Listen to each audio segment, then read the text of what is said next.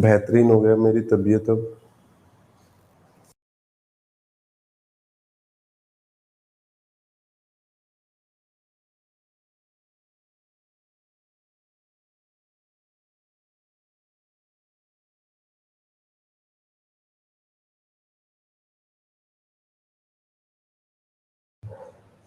क्या कुछ ऐसे स्टूडेंट है जिनकी पहली क्लास है?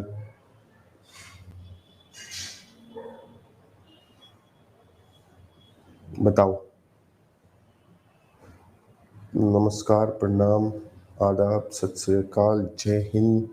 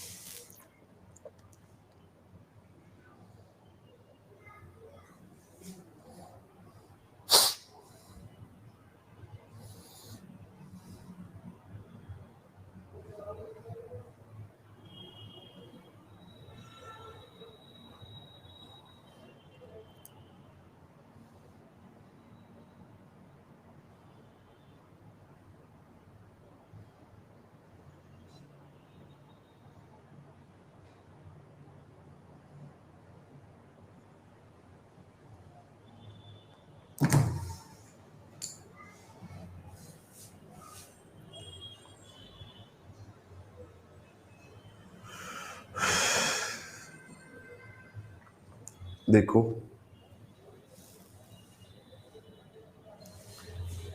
जो भी बच्चे पढ़ रहे हैं, अभी मैं बता देता हूँ कुछ। आज ज्योमेट्री से कुछ नए बच्चे क्लास में आए होंगे, ज्योमेट्री से जिनकी क्लासेस शुरू होंगी। तो भाई जो क्लास है यार, मैथ सब लोगों को पढ़ना है, पहले से 12वीं तक मैथ पढ़ना है।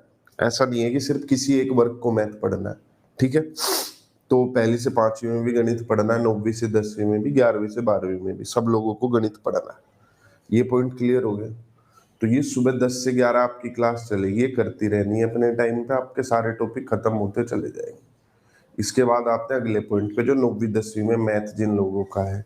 आप लोगों को क्लास लगी हुई दिख रही होगी 10 जुलाई से 4 बजे, ठीक है?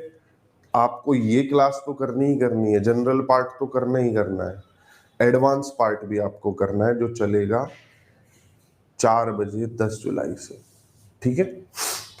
तबीयत तो बस ठीक ही है। पटना जा रहा हूं मैं 9 जुलाई को, तो तबीयत जो है पूरे पटना की खराब करके आऊंगा। और जो बच्चे वो थे, दिख जाएगा अब्बू नवाज, घबराओ मत, दिख जाएगा। जो बच्चे कंपाउंड इंटरेस्ट पढ़ रहे थे, तुम लोगों की मैं कल एक एक्स्ट्रा क्लास लगवा दूंगा, क्योंकि अभी हमारा एक दिन बचता है कंपाउंड इंटरेस्ट का। हाँ, पटना में मीटअप भी कह सकते हैं, सेमिनार है।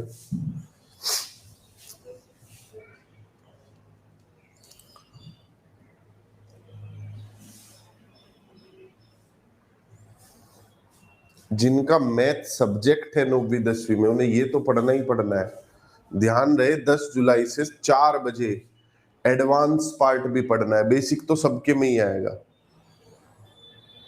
ठीक? बेसिक तो सबको ही पढ़ना है, आप लोगों को उन चीजों का एडवांस पार्ट भी पढ़ना है जिनका मैथ सब्जेक्ट है।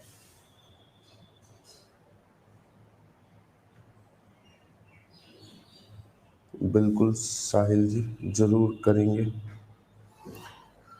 पहली से 12वीं के लिए अगर मैथ आप एक सामान्य विषय के रूप में पढ़ रहे हैं, तो 10 से 11 हर किसी को पढ़ना है। 11 से 12, 9वीं से 10वीं, पहली से 5वीं, ये 10 से 11 तो सबको पढ़ना है। जनरल पेपर की क्लास है तो सबको पढ़नी है। सब DSSS TGT पूरा कवर नहीं हो पाएगा, रजनी पाल जी, उससे।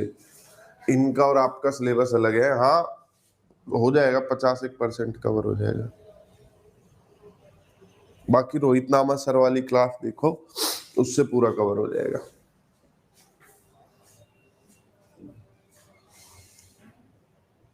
अच्छा, प्रियंका कह रही है ये भी एडवांस से करने।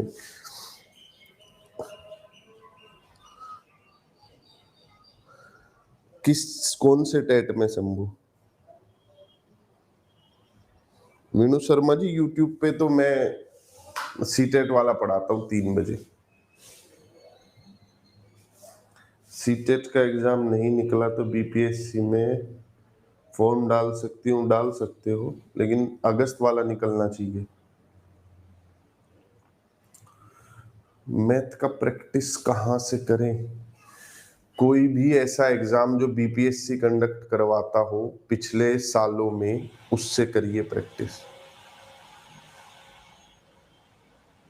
वही वाला प्रैक्टिस करने की जरूरत है। उससे आसान पूछा तो आप अपने आप कर लोगे, वो पूछा तो आप उसके लिए प्रैक्टिस कीजिए।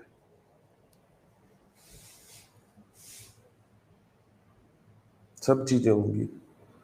अब्दुल नवाज, हाँ, राज राजपूत 10 से 11।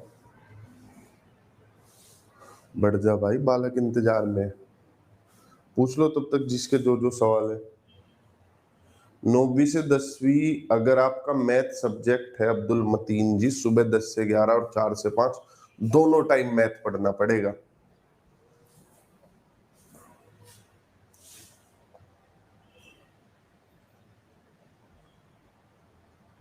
रोहित सर का मैथ कम समझ आता है, आएगा, समझ आएगा।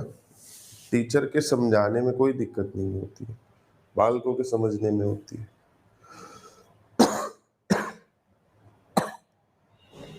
बता तो दिया भाई विपुल, तेरे बताने के चक्कर में 4 को डाउट और हो गया कि आपका कराया हुआ इनफ नहीं है। क्या इनफ है? More than.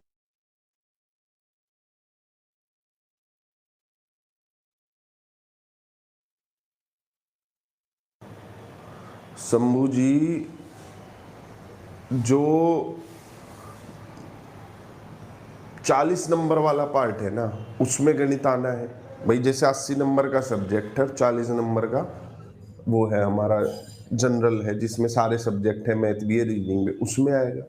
प्लस जो आपके 80 नंबर का पेपर होगा ना, उसमें भी कुछ सवाल डालेंगे, क्योंकि आपका 10वीं तक का गणित है, तो उसमें भी सवाल डाल सकते।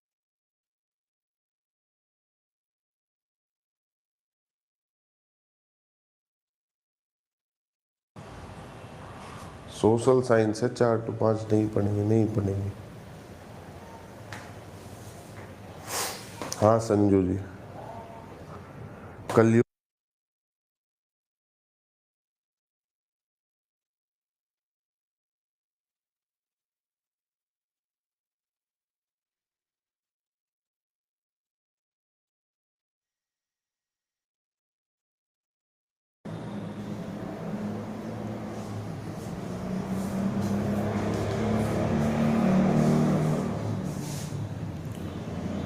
नहीं करेंगे प्रियंका जी, खराब ही रखेंगे।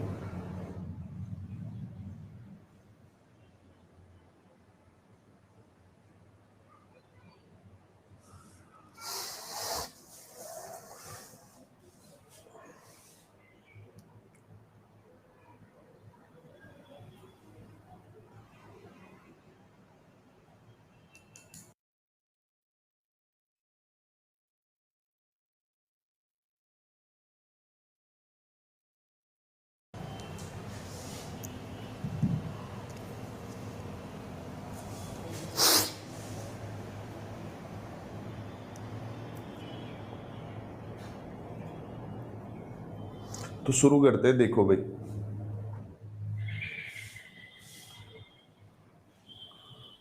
पीजीटी में कितना मैथ आने के चांसेस है?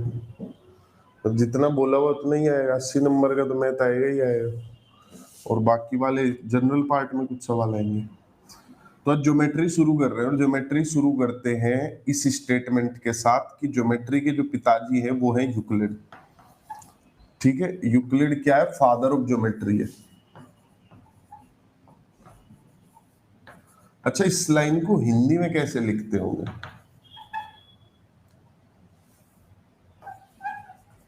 बताओ, इस लाइन को हिंदी में कैसे लिखते होंगे? जैसे इंग्लिश में मैंने पढ़ा फादर ऑफ ज्योमेट्री, तो हिंदी में क्या लिखते होंगे कि ज्यामिति के पिताजी जो है वो यूक्लिड है? बताओ। ज्यामिति के जनक। अच्छा, तो भाई यूक्लिड जो है ज्यामिति के जनक हैं।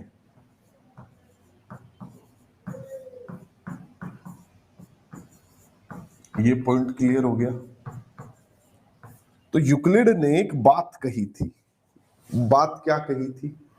उन्होंने कहा था पॉइंट, लाइन और प्लेन।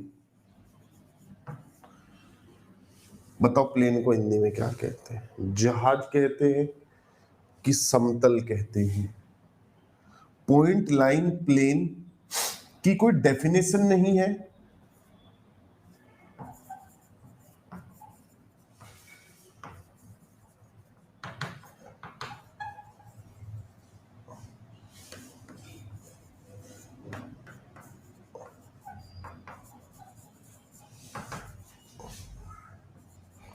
उन्होंने कहा था ये तीन की कोई परिभाषा नहीं है, लेकिन फिर भी ये क्या करेंगे, पूरी ज्यामिति को डिफाइन करेंगे। ठीक है, आओ हिंदी में समझो। बिंदु, रेखा, अमिताभ बच्चन वाली रेखा नहीं, समतल, तीन परिभाषा रहित, तीन परिभाषा रहित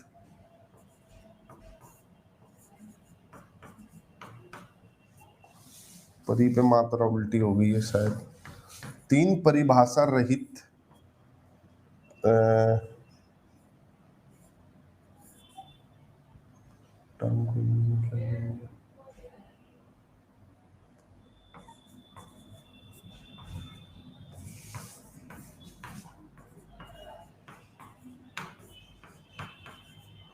पूरी ज्यामिति को परिभाषित करते हैं। ठीक है, क्लियर? छोटी आएगी, बहुत बढ़िया। पूरी ज्यामिति को परिभाषित करते हैं।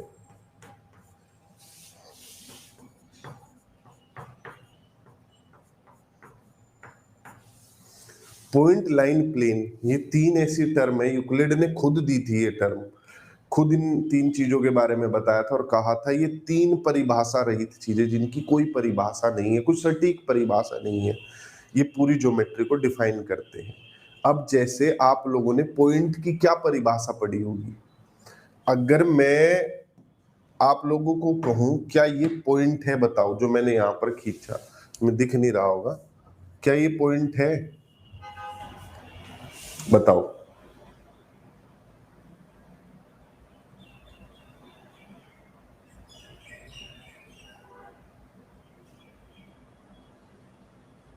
है, पॉइंट है।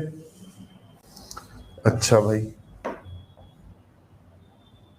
क्या ये पॉइंट नहीं है जो इसके अंदर मैंने लगाया अभी व्हाइट कलर का?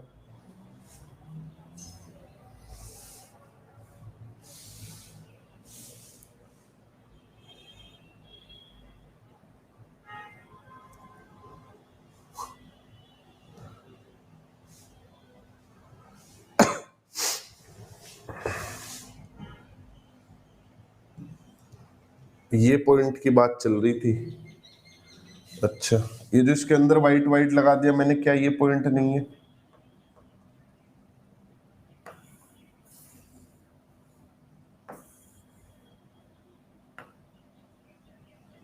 ये वो पॉइंट था जिसकी आप बात कर रहे थे, क्या ये पॉइंट नहीं है?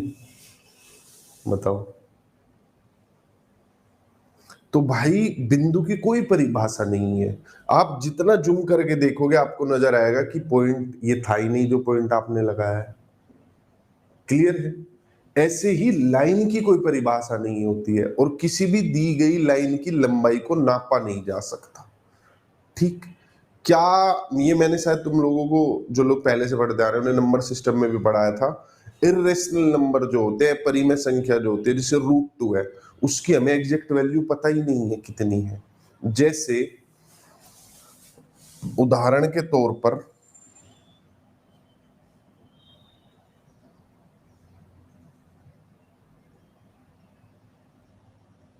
उदाहरण के तौर पर भाई बालको,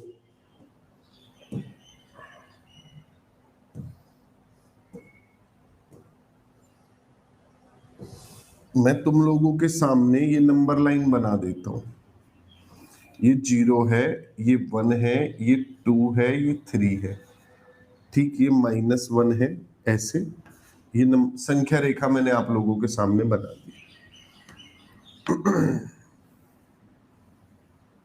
ये एक मैंने वर्ग बनाया जिसकी भुजा कितनी है, 1 है। एक वर्ग बनाया जिसकी भुजा कितनी है, 1 है। ये एक मैंने वर्ग बना दिया जिसकी भुजा कितनी है, 1 है। इसका विकर्ण कितना होगा, ये विकर्ण कितना होगा, ये लंबाई कितनी होगी,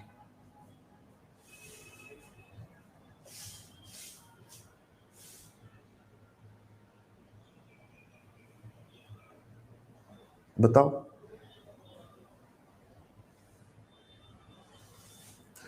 ये 1 है, ये 1 है, इसकी इस भुजा की लंबाई होगी √2, ठीक है, क्योंकि ये 90 डिग्री है। आप इसे एक समकोण त्रिभुज राइट एंगल ट्राइंगल मानेंगे, ये 1 तो ये √2 आ जाएगा, ठीक है। अब हम क्या करते हैं, इसे सेंटर मानते हुए एक सर्किल बना देते हैं, एक सर्किल बना देते हैं, बन गया एक सर्किल। अब ये जो लंबाई है, ये जो लंबाई आप देख रहे हो,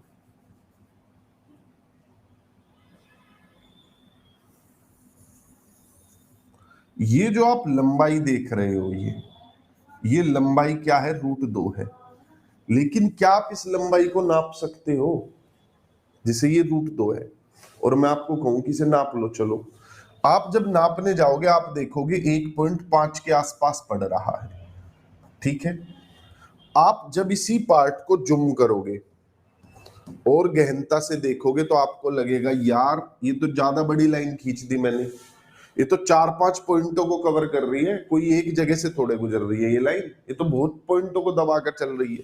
तो हम एक बारीक लाइन खींच लेंगे ऐसे कि ये है हमारी लाइन, ये, और जब इस लाइन के हिसाब से आप नापोगे तो 1.4 आ जाएगा, शायद, हो सकता है। अब आपका आंसर आ जाएगी 1.5 नहीं 1.4 होगा।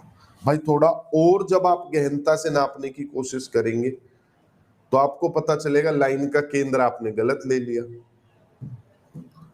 लाइन के लिए आपको बिंदु कहाँ लेना था, यहां लेना था। इसके भी बीच में मैंने देखो एक बिंदु लगा दिया लाल रंग का, देख रहे होंगे, छोटा सा बिंदु। तो लाइन, पॉइंट और प्लेन कुछ होता ही नहीं है, ये बस यूक्लिड ने ज्योमेट्री बनाने के लिए 3 इमेजिनरी चीजें कही थी, इनकी कोई परिभाषा नहीं दी गई थी, ठीक। यूक्लिड ने आगे चल के हमें दिए क्या, एक्सियम्स। तो किसी भी लाइन की लंबाई नापी नहीं जा सकती। ये क्वेश्चन मैंने केवीएस के इंटरव्यू में भी बहुत बच्चों से पूछा, नहीं पता होता स्टूडेंट्स को। क्यों? क्योंकि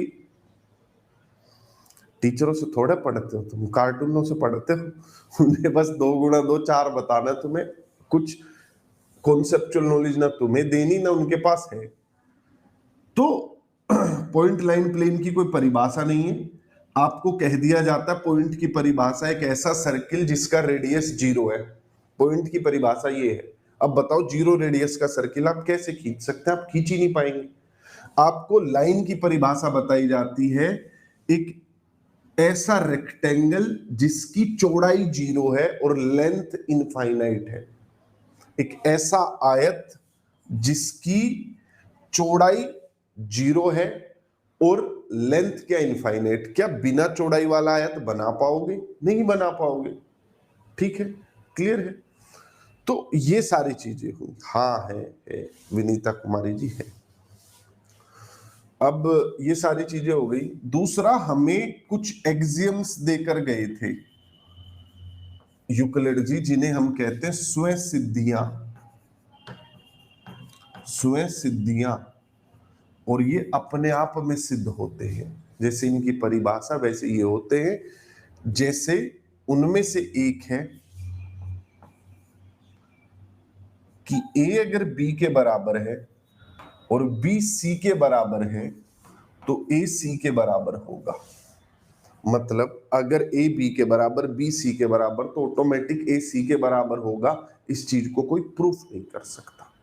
तो गणित में उन्होंने कहा था कुछ एक्सियम्स होते हैं, कुछ पोस्टुलेट्स होते हैं, कुछ अभिग्रहंत होते हैं जिन्हें हमें ग्रहण करके ही आगे बढ़ना पड़ता है, उन्हें हम प्रूव नहीं कर सकते। तो पॉइंट लाइन प्लेन को हम प्रूव नहीं कर सकते, ये बात ध्यान रखिएगा। ठीक है, जितनी परिभाषाएं हैं वो सिंबॉलिक है, बस अर्थ को बाहर लाने के लिए है, वो एग्जैक्ट नहीं है। लेकिन ये तीन चीजें जिनकी खुद की कोई परिभाषा नहीं है, लेकिन फिर भी देखो सब चीजें इन्हीं से बनी है। पहले पॉइंट आया, पॉइंट बहुत सारे पॉइंट मिले तो लाइन बनी, लाइन आई तो लाइनों ने कट करना शुरू किया और वो आगे चल के कोण बना देती है। तो सबसे पहले हम आते हैं पॉइंट पर। पॉइंट यानी कि बिंदु, बिंदु को डिनोट किया जाता है भाई ऐसे। ठीक है, क्लियर। परिभाषाओं पे बात नहीं करेंगे, परिभाषाएं ना है ना वो सटीक है। लाइन यानी कि रेखा,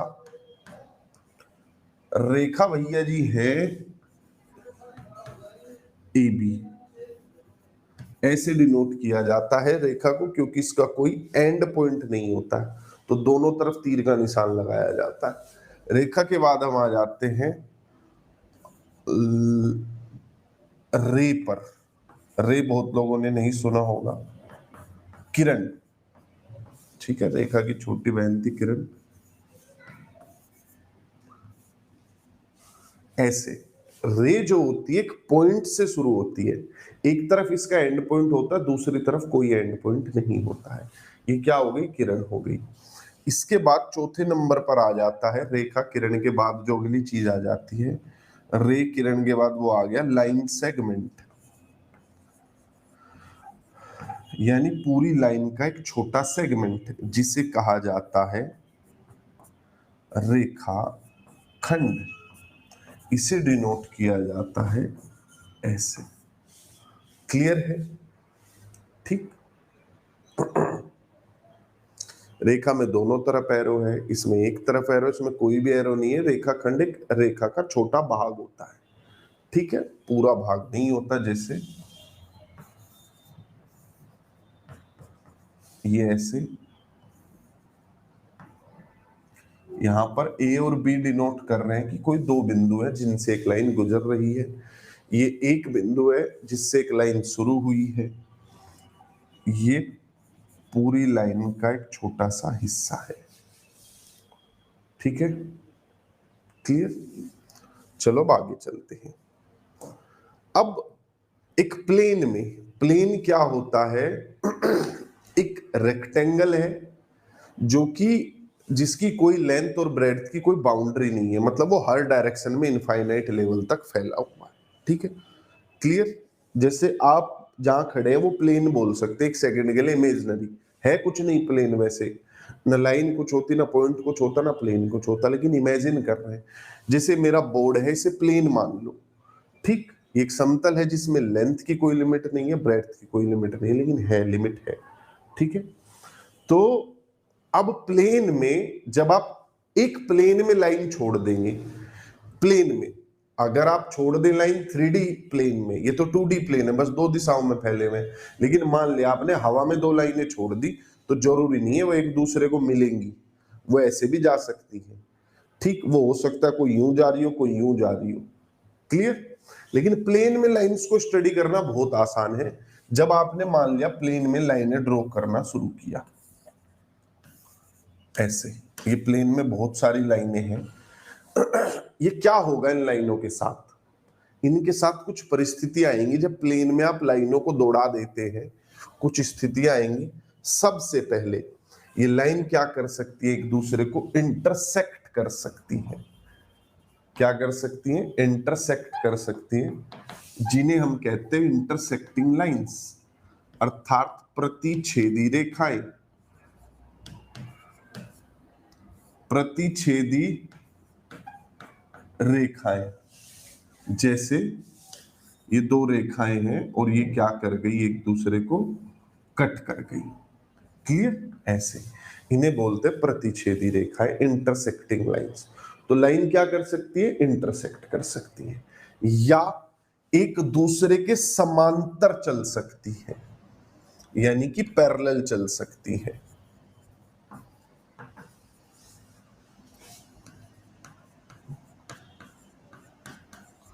एक दूसरे के क्या चल सकती हैं?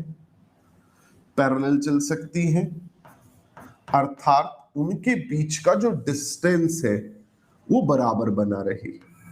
प्लेन में ये हो सकता है, ठीक है, या तो कट करेंगी या ऐसे चलती रहेंगी।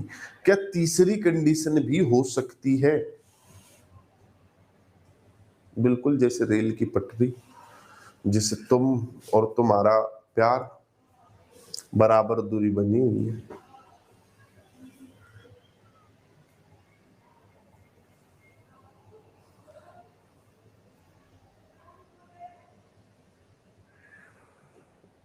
विक्रम, अगर आपको मैथ वाला पार्ट देखना है तो वो यही है, ज्योमेट्री से शुरू हुआ है। और अगर तुम टीजीटी की बात कर रहे हो तो मंडे 10 जुलाई 4 बजे से शुरू हो जाएगा। बाकी बातें बाद में भाई। अलीमान अंसारी 10 जुलाई 4 से 5।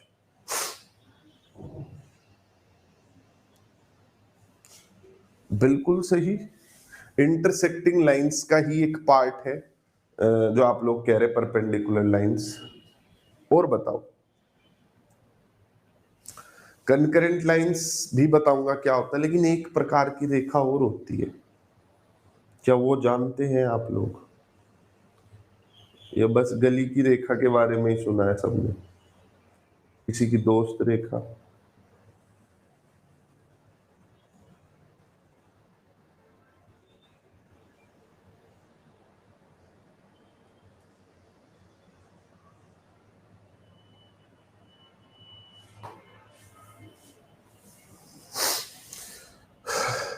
तीसरी, को इंसिडेंट लाइंस।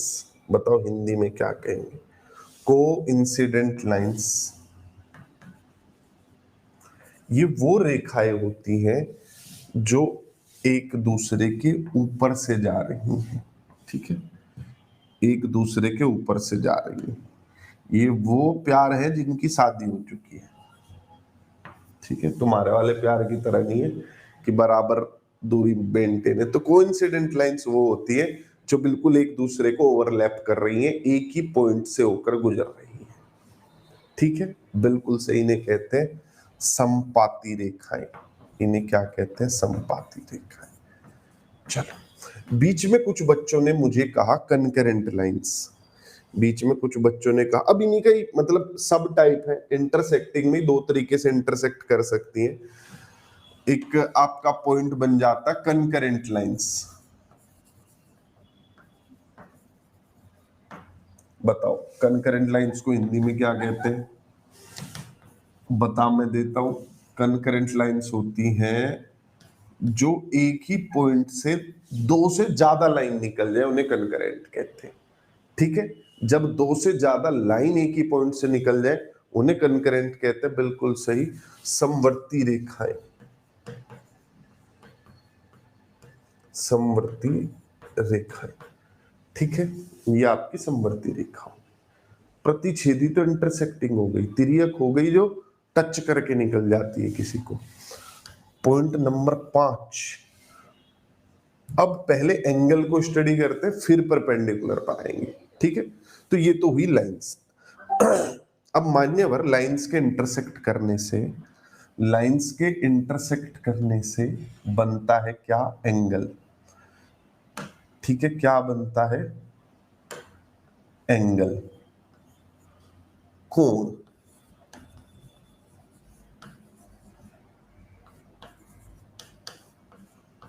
जिसे हम लोग डिग्री में मेजर करते हैं, ठीक है।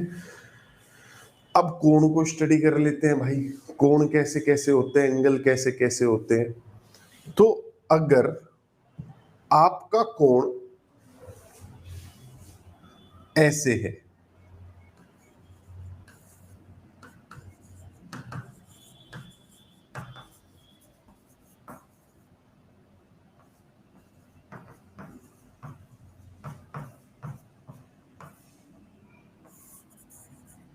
मतलब अगर ऐसे है तो ये कहलाता है 90 डिग्री राइट एंगल। ठीक है, क्लियर। अब ध्यान रखना, इससे छोटा, राइट एंगल से छोटा एक्यूट एंगल बन जाता है, न्यून कोण बन जाता है।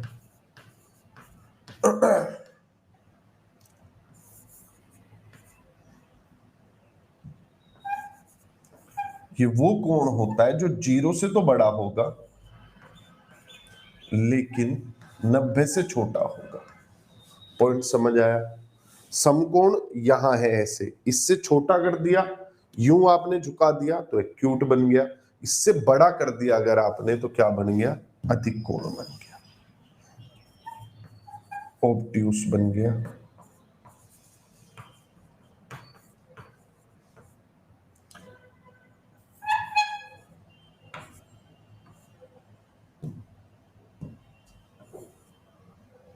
नब्बे से बड़ा लेकिन 180 से छोटा, अर्थात एक दो तरीके के कोण और आपकी जिंदगी में है। एक कोण का नाम है स्ट्रेट एंगल,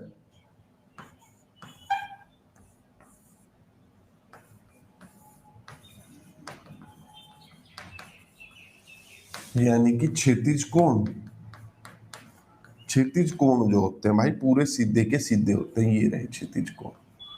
ठीक है, 180 डिग्री पूरे स्ट्रेट होते हैं। ठीक है, सीधे क्षैतिज।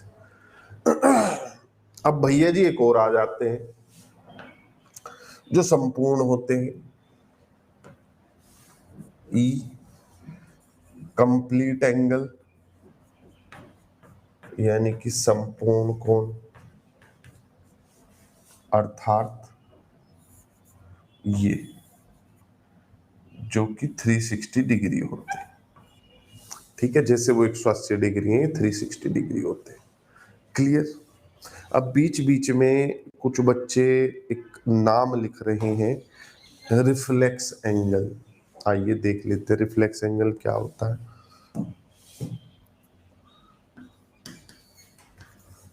रिफ्लेक्स एंगल अर्थात प्रतिव्रत कोण, ये परछाई कोण होता है। जैसे आपका कोण है कितना, आपका कोण है 70 डिग्री, तो आपके इधर कितना बच गया बताओ? इधर कितना बच गया आपके? अगर 70 डिग्री है तो आपके इधर कितना है? हाँ, प्रतिव्रत। रिजु कोण बोलते हैं स्ट्रेट एंगल को। आपके इधर बच गया भाई 290 डिग्री। ठीक है, जैसे आपका कोण कितना है? 100 डिग्री है मान लिया, तो आपका प्रतिव्रत कोण क्या होगा? प्रतिव्रत कोण क्या होगा? प्रतिव्रत कोण होता है किसी भी कोण को 360 में से घटा दो, प्रतिव्रत कोण आ जाता है। ठीक है, पूरा 360 होता है क्योंकि ये हो गया आपका रिफ्लेक्स एंगल। एडजेसेंट एंगल समझते हैं?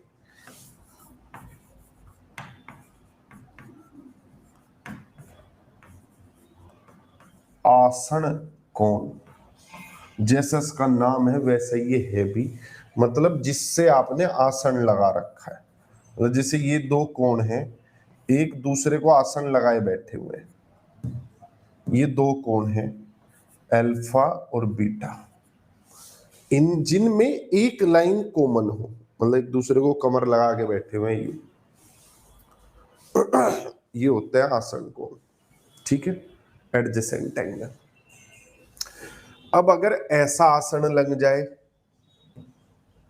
कि एक सीधी रेखा ही बन रही हो आपके बीच, एक ऐसा आसन बन जाए जिसमें एक सीधी रेखा ही बन रही हो, तो आपको कहते हैं लीनियर पेयर। क्या कहते हैं? लीनियर पेयर, अर्थात रेखिक युग्म। अगर आपका और आपके साथी का योग 180 डिग्री आ रहा हो तो आपको लीनियर पेयर भी कहा जाता है। बस मनीष अभी स्टार्ट कर रहा हूँ 2 मिनट में। रीजनिंग की क्लास स्टार्ट कर रहा हूँ, बस 1 मिनट रुक जा भाई। मनीष, तुम्हें छात्र कहूं कि चुटकुला कहूं? कभी तुमने देखा किसी क्लास में, तुम ऑफलाइन क्लास पढ़ने गए हो, टीचर बोर्ड पर कुछ लिख रहा हो और तुम में इतनी हिम्मत हो गई हो कि तुम खड़े हो गए टीचर से पूछो सर आज इंग्लिश की क्लास किस टाइम होगी? इतनी हिम्मत करी है कभी? बता भाई, अब बता मुझे, छात्र कहें कि चुटकुला कहें? ठीक है, तो ये हो गया रैखिक युगम। अब बाल को, जैसे कमेंट में एक बच्चे ने कहा सप्लीमेंट्री और कॉम्प्लीमेंट्री।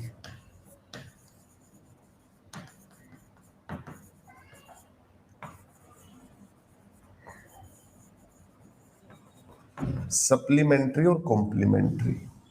एक बच्चे ने कहा पूरक और संपूरक। इनकी हिंदी ना बड़ी गलत होती है, कहीं पर आपको कुछ मिलेगा, कहीं पर कुछ मिलेगा। मतलब कोटि पूरक, संपूरक 50 नाम है, तो आप इन्हें कभी भी कोशिश करो तो देखने की कोशिश इंग्लिश में करना। ठीक है, क्लियर है? तो सप्लीमेंट्री एंगल वो एंगल होते हैं, ऐसे दो एंगल जो, ऐसे दो एंगल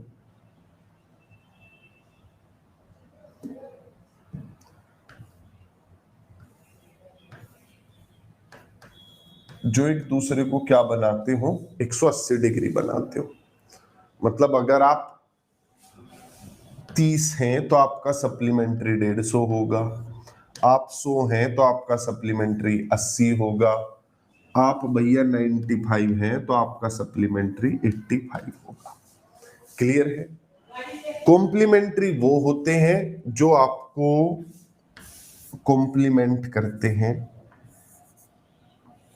वैसे तो उन्हें आम भाषा में लड़के कहते हैं जो हमेशा कॉम्प्लीमेंट करते हैं, झूठे कॉम्प्लीमेंट। बाबू तुम सबसे खूबसूरत हो, गलत लिख दिया मैंने,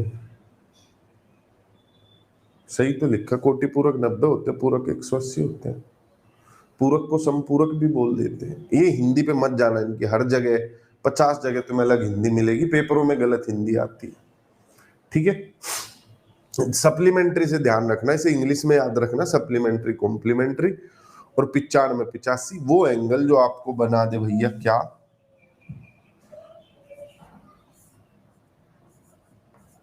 जो बना दे आपको 90 डिग्री। ठीक है, जैसे 48 को 90 कौन बना सकता है? 42 बना सकता है। ठीक है, जैसे 50 को 90 कौन बना सकता है? 40 बना सकता है। जैसे 35 को 90 कौन बना सकता है? 55 बना सकता है।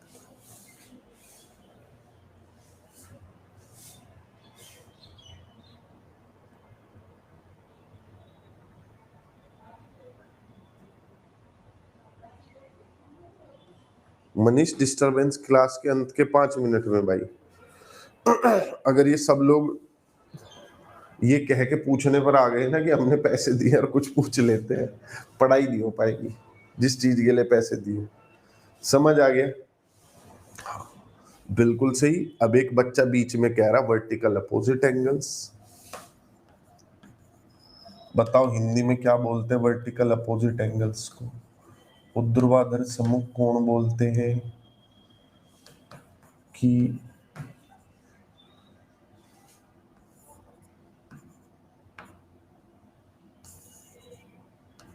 देखो, अगर ये एंगल आपका मान लेते हैं 50 डिग्री है, तो ये वाला कितना होगा बता सकते हैं आप लोग? अगर ये 50 है तो ये कितना होगा? हाँ, शीर्ष विमुख कोण भी बोलते हैं। विमुख नहीं, विमुख।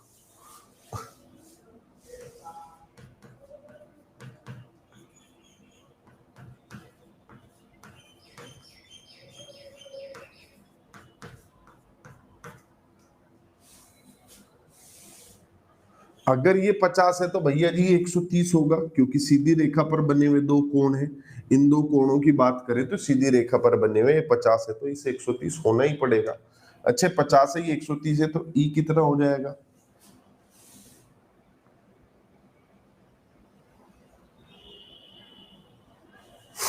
ये भी 50 हो गया। ये वाला कितना हो जाएगा?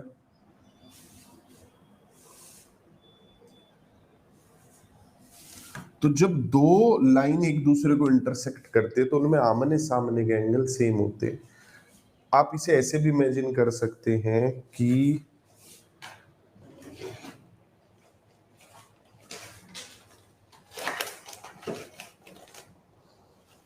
हमारे घर में दो दो आदमी मास्टर हैं, लेकिन घर में पेन नहीं है, न किताबें है, न प्लेन कॉपी मिलती, कुछ भी नहीं मिलता। लगता ही नहीं कि इनके घर में कोई टीचर हो। ये देखो, ये पेन है, एक पेंसिल पड़ी हुई है टूटी, एक ये पड़ा हुआ है। असल में मैथ जो सब्जेक्ट है ना, पढ़ाना दुनिया का सबसे आसान सब्जेक्ट है।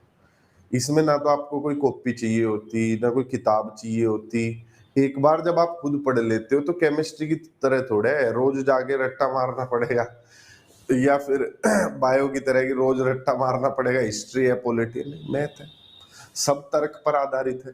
एक चीज से दूसरी चीज अपने आप निकलती चली जाती है। एक आधी चीज मैं बोलता हूँ, तुम लोग कमेंट में पूछ लेते हो, मुझे याद आ जाती है, मैं बता देता हूँ। तो मैथ सबसे आसान सब्जेक्ट है।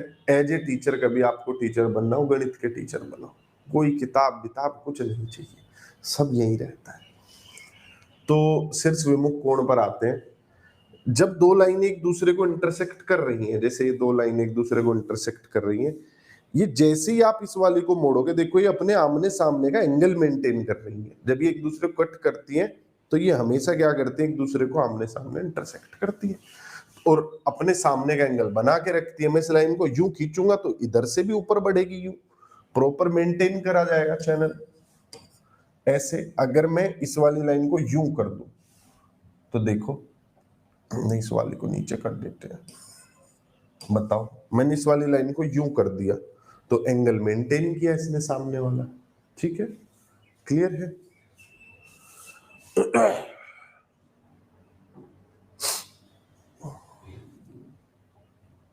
नहीं, ये कॉन्सेप्ट क्लियर करके कर देना ही मैथ में ही होता है। हिस्ट्री में कितने भी बड़े टीचर हो, मैं हमेशा देखता हूँ अपने पास एक यूं कॉपी सामने रखेंगे, हमेशा अपनी पीपीटी में आंसर लेके जाएंगे, किताब विताब सामने रखते हैं, एक तरफ एनसीईआरटी खोल के रखेंगे, एक तरफ किताबें खोल के रखेंगे। बहुत अध्ययन का विषय है हिस्ट्री, पॉलिटी, ये सब में मतलब बहुत हुआ है, किसी को याद नहीं रहती सब चीजें। तो वर्टिकल अपोजिट एंगल हो गया। अब जितनी जानकारी आपने अब तक ग्रहण की, अब इसका हमला करना है आपको पैरेलल लाइंस पर। किस पर हमला करना है? पैरेलल लाइन पर। भैया ये दो पैरेलल लाइन है, इन्हें एक ट्रांसवर्सल ने इंटरसेक्ट कर दिया। किसने? ट्रांसवर्सल ने। बताइए ट्रांसवर्सल को हिंदी में क्या कहते हैं? इंटरसेक्ट कर दिया। पैरेलल लाइन जो होती है आपकी बहरूपिया होती है, मतलब जैसा आप यहां कर रहे हैं वैसा ही आपसे थोड़ी दूरी पर कोई और कर रहा है। ठीक, यानी जैसी ये रेखा है बिल्कुल इसी की परछाई दूसरी जगह है, बिल्कुल हूबहू सेम लाइन दूसरी जगह। मान लिया अगर आप ये एंगल 35 डिग्री लेकर चल रहे हैं तो ये यहां भी कितने पर कट करेगा? 35 डिग्री पर कट करेगा। ठीक है, यहां 35 पर कट किया है तो यहां भी 35 पर कट करेगा। ठीक है, छेदक नहीं बोलते, इसे बोलते तिर्यक रेखा। ठीक है, ट्रांसवर्सल तिर्यक रेखा। अब ट्रांसवर्सल अगर यहां 35 पर कट किया तो यहां भी 35 पर कट करेगा। ये एक चक्कू की तरह है, जब आप एक चक्कू से खीरे को काटते हो तो हर पॉइंट पर सेम एंगल पर कट होता चला जाता है। एक जब भी आप कोई स्लांट देखेंगे, कोई ढाल देखेंगे, आप उस ढाल का एंगल यहां निकाल लो, यहां निकाल लो, कहीं निकाल लो, वो ढाल का एंगल तो सेम ही रहेगा ना। जिसे सीधा हाथ है मेरा, ये 90 डिग्री है, चाहे यहां देख लो चाहे यहां देख लो। ये 30-60 डिग्री बना दिया मैंने, इसे आप यहां देख लो 60 डिग्री है, इसे यहां देख लो 60 डिग्री है, यहां देख लो 60 डिग्री है, और ढाल बराबर रहता है। ठीक है, तो ये बराबर रहेगा। तो ये 35, तो ये भी 35। अब मुझे बताओ, अगर ये 35 है तो ये कितना हो जाएगा? ये 35 है तो ये कितना हो जाएगा?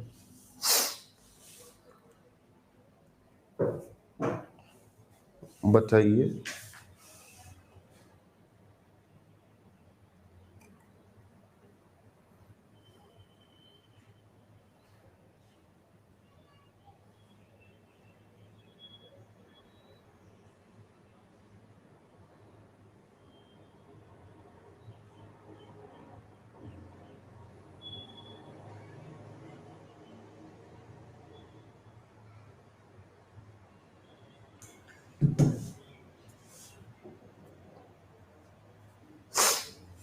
145, 145 भैया, 145।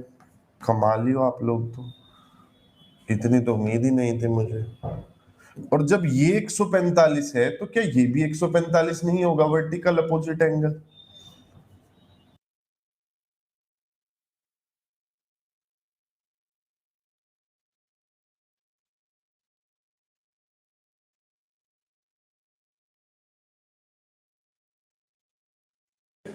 तो ये भी 35 होगा, ये भी 35, ये 145, ये भी 100, मतलब आमने सामने के एंगल बराबर होते हैं।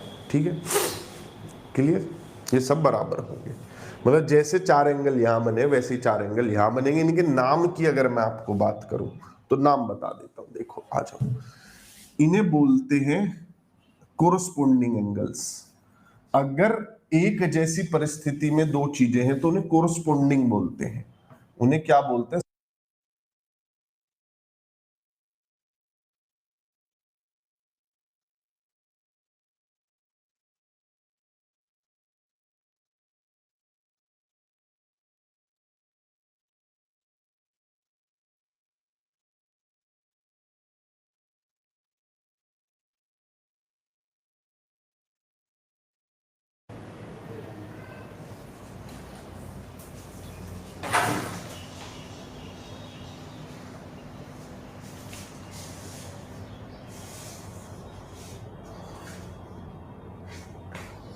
प्रिय बालक जनों, संगत कोण बोलते हैं। मतलब एक ही स्थिति में, जैसे तुम भी कहीं प्राइमरी के टीचर हो, कोई और भी प्राइमरी का टीचर है, जैसे ये दोनों भी क्या है? संगत कोण है। ये दोनों भी संगत कोण है। ये हो गए संगत कोण। दूसरे आते हैं अल्टरनेट एंगल। ठीक, क्या आते हैं? Alternate angle. अब अल्टरनेट में ये तो हो गए अल्टरनेट एक्सटीरियर। इन नामों की कहीं जरूरत पड़ेगी नहीं वैसे। एकांतर बाह्य, ठीक है, ये। और फिर उधर बाहर वाला, मतलब अल्टरनेट का मतलब होता है आप इधर देख रहे थे, अब इधर देखो। और इधर बाहर वाला, इधर बाहर वाला। ऐसा ही अंदर भी होता है।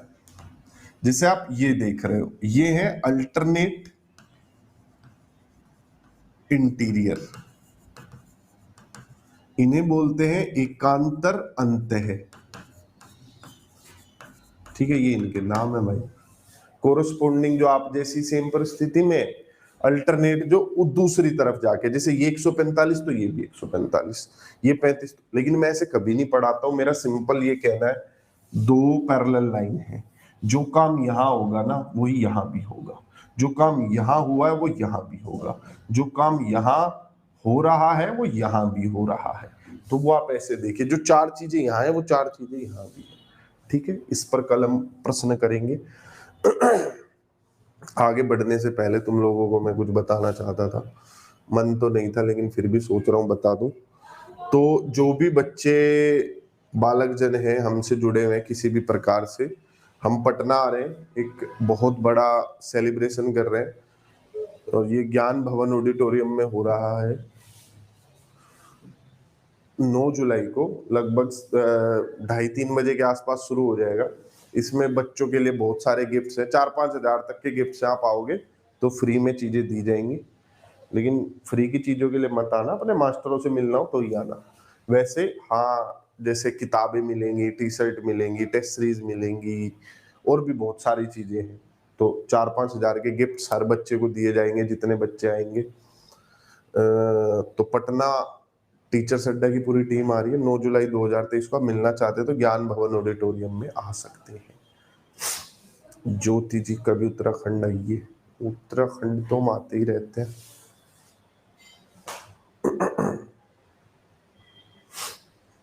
ठीक है, पीडीएफ वीडियो के साथ अटैच मिलेगी जिस दिन कुछ पीडीएफ का काम होगा। अभी तो पीडीएफ का कुछ काम ही नहीं।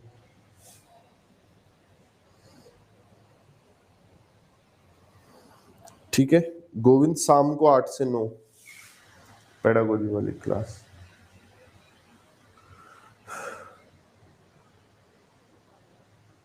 जो नहीं आएगा नहीं मिलेगा। ठीक है, तो बाय बाय, टेक केयर, फिर मिलेंगे घूमते फिरते। जाते समय एक फीडबैक फॉर्म आएगा, भर के जाइएगा। आपको कैसा समझ आया, मजा आया कि नहीं आया, जरूर बताइएगा।